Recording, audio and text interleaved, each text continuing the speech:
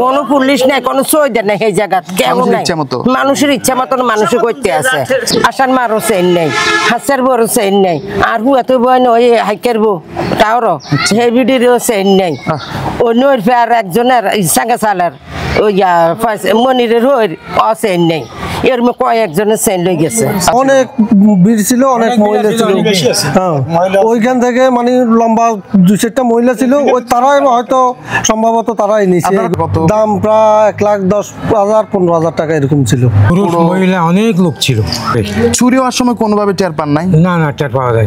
কুমিল্লার লাকসাম উপজেলার কান্দিরপাড় ইউনিয়নের 1 ও 2 নং ওয়ার্ডের স্মার্ট জাতীয় পরিচয়পত্র বিতরণের সময় চাঞ্চল্যকর এক ছিনতাইয়ের ঘটনা ঘটেছে। শনিবার 20 সেপ্টেম্বর সকালে বাঁকড়া উচ্চ বিদ্যালয় প্রাঙ্গণে এই ঘটনা ঘটে। স্থানীয় সূত্রে জানা যায়, স্মার্ট জাতীয় পরিচয়পত্র গ্রহণ করতে ভোর থেকে সাধারণ মানুষ বাঁকড়া উচ্চ বিদ্যালয়ে ভিড় জমাতে থাকেন। নারী, পুরুষ, বৃদ্ধসহ সর্বস্তরের মানুষের উপচে পড়া ভিড়ের মধ্যে হঠাৎই চাঞ্চল্য দেখা দেয়। জনসমাগমের সুযোগে সংঘবদ্ধ ছিনতাইকারী চক্র সক্রিয় হয়ে ওঠে। এ সময় বেশ কয়েকজন নারীর গলা থেকে সোনার চেইন, কানের দুলসহ বিভিন্ন স্বর্ণালংকার ছিনতাই করে নিয়ে যায় দুর্বৃত্তরা।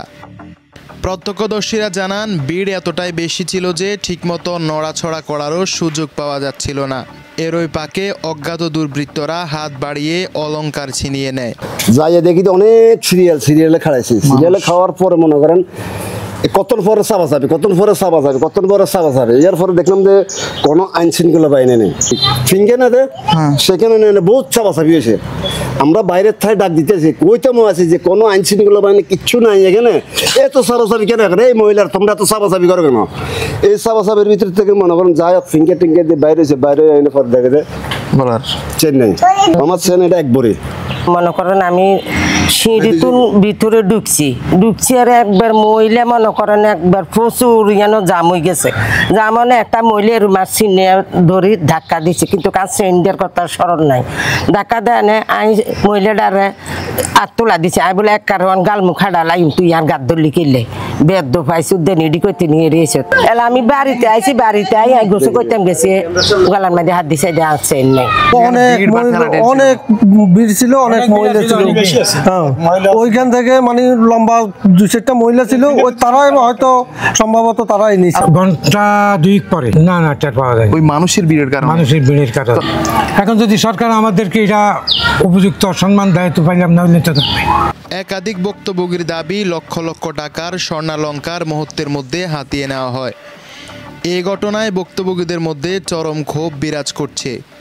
অনেকে অভিযোগ করেছেন, এত বড় আয়োজনেও যথাযথ নিরাপত্তা ব্যবস্থা ছিল না। স্থানীয়রা জানান, বিদ্যালয় প্রাঙ্গণে পুলিশের উপস্থিতি থাকলেও ভিড় নিয়ন্ত্রণে কার্যকর পদক্ষেপ ছিল না।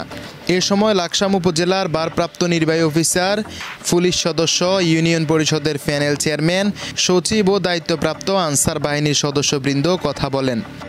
আমরা আসলে চাচ্ছি যে যদি লাকসাম থানা পুলিশ ওই ব্যাপারে একটু সোচ্চার হয়, প্রয়োজনে ইউনিয়ন পরিষদের চেয়ারম্যান সাহেব আছেন, উনি সহ এটা একটা তদন্ত টিম করে ভালোভাবে খতিয়ে দেখার দরকার আমি মনে করি। কারণ ভবিষ্যতে তো এরকম ঘটনা আরও ঘটতে পারে। কে বা কারা করছে এরকম কিন্তু এখন ট্রেস করা গেল না। যেহেতু ট্রেস করা গেল না, এটা একটা সংঘবদ্ধ চক্র থাকতে পারে। কারণ যখন স্মার্ট আইডি কার্ড বিতরণ হলো তখন তো কোনো রকম কেওয়াস সৃষ্টি হয় নাই, কোনো রকম ঝগড়াঝাটি হয় নাই, ঝামেলা হয় নাই।